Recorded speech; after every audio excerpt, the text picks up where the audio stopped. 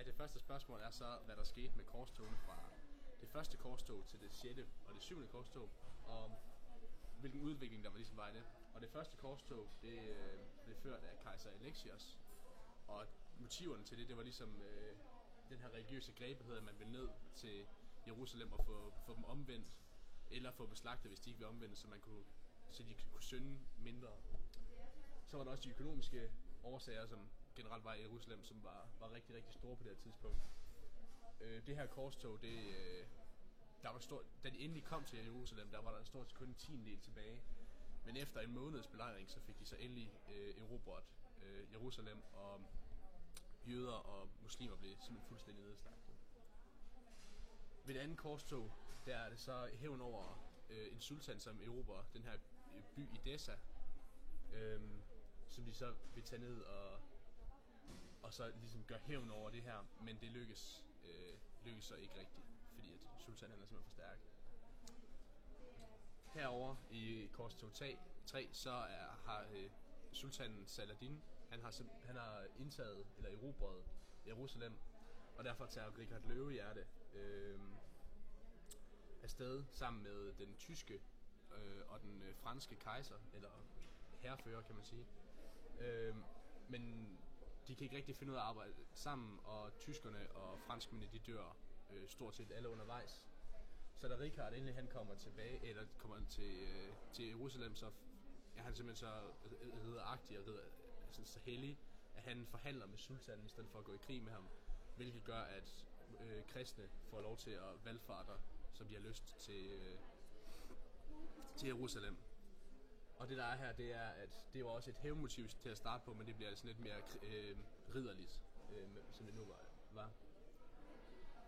Så vil, Italien, eller de forskellige kejser rundt i verden, de vil simpelthen have hævn over det her, den her magt, der er omkring Jerusalem, altså at folk, eller at sultanen har indtaget Jerusalem og sådan som det er. Så de planlægger at angribe Egypten, som er, muslimerne sådan ligesom hovedsæde på det her tidspunkt. Og derfor laver de en aftale med nogle sømænd om, at de skal sejle dem over til Egypten. Men sømændene laver så en alliance med muslimerne og gør, at det her angreb det bliver ligesom afværget. Men motivet her var igen hævn over muslimerne, og hvad de nu har gjort. Så er der det her korstog 5, hvor det så er den tysk-romerske kejser, som der egentlig er under pavens område, men han vil gerne være fri for det her, så han tager afsted til Jerusalem for ligesom at vise paven, at hans kongerige, hans slagkraft er kæmpe stor. Og det der så sker her, det er, at han egentlig får forhandlet i stedet for krig med Saladin. Og det gør så, at han får lov at være konge af Jerusalem i hele 10 år, og får en masse økonomiske fordele ud af det. Han får en masse dyr med hjem, jagtdyr og så videre. Og motivet ved det her, det var ligesom ære, magt og egoisme. Så har vi de sidste to, korstog 6 og 7, hvor det var ham her Ludvig, som planlagde det, og det gjorde han, fordi at Syditalien havde brug for mere land til deres konge, til deres konge kejserrige. Og det første korstog der, det fejlede totalt. Det var en total fiasko, fordi at alle de døde af pest. Og det næste, det var så, hvor alle de fejlede også, og var en kæmpe fiasko, fordi at der blev kongen taget til fange, og omvendt. Det var omvendt på de to. Det var omvendt på korstog 6 og 7, men de var i hvert fald begge to fiaskoer. Så den samlede konklusion er, at man er ligesom gået fra, at man havde den her religiøse grebethed, hvor man ville ned og omvende muslimerne, til at man er gået til at have sådan mere hævnmotiver og sådan mere økonomiske og egentlig bare mere for sjov. Altså, det bliver mere useriøst. Ja, vi skal så argumentere for, om korstogene det var en fiasko. Og nogle af argumenterne det er blandt andet, at det oprindelige mål det fejlede, at man vil tage ned til Jerusalem og gøre det til et kristent centrum og gøre alle de vantro dernede til kristne.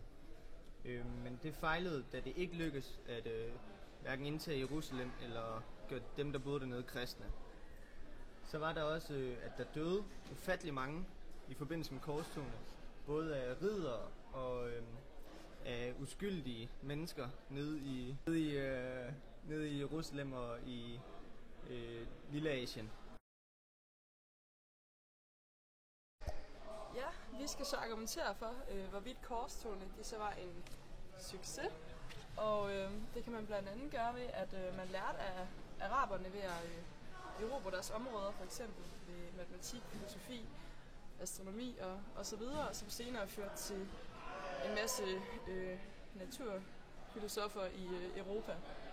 Og Norditalien, de tjente kassen for eksempel ved at sponsorere med diverse krigsting i det første korstog, og dermed også, hvor de simpelthen valgte at sende korsfarerne til Sahara i stedet for Egypten for at udrydde deres handelskonkurrenter.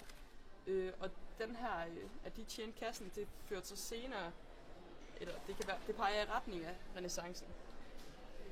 Kirken fik således også magt ved, at de simpelthen fik lavet det her afladssystem, hvor man kunne få afladet for sine synder, hvis man så deltog her.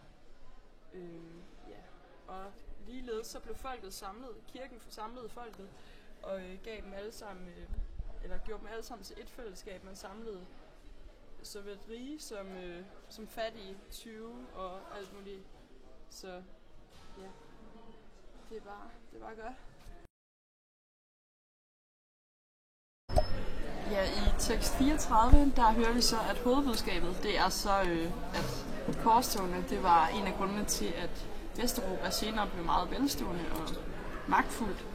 Og ja, der er jo selvfølgelig forskellige opfattelser af de her korstog og sådan noget, men i hvert fald, at araberne, de bidrog med filosofi, naturvidenskab og teknologi, som så senere førte til nogle nye former for samfundsmæssig organisation.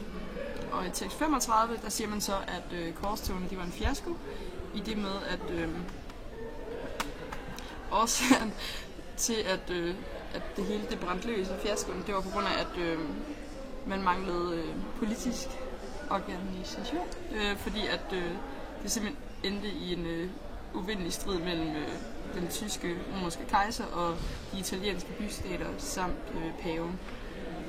Og derfor så bliver korstoget til et modstød i stedet for en årsag. Et modstød for konflikt. Jeg er ikke færdig. og man fik ikke erobret Syrien, Anatolien og Egypten, som man ville, så derfor er det en fiasko.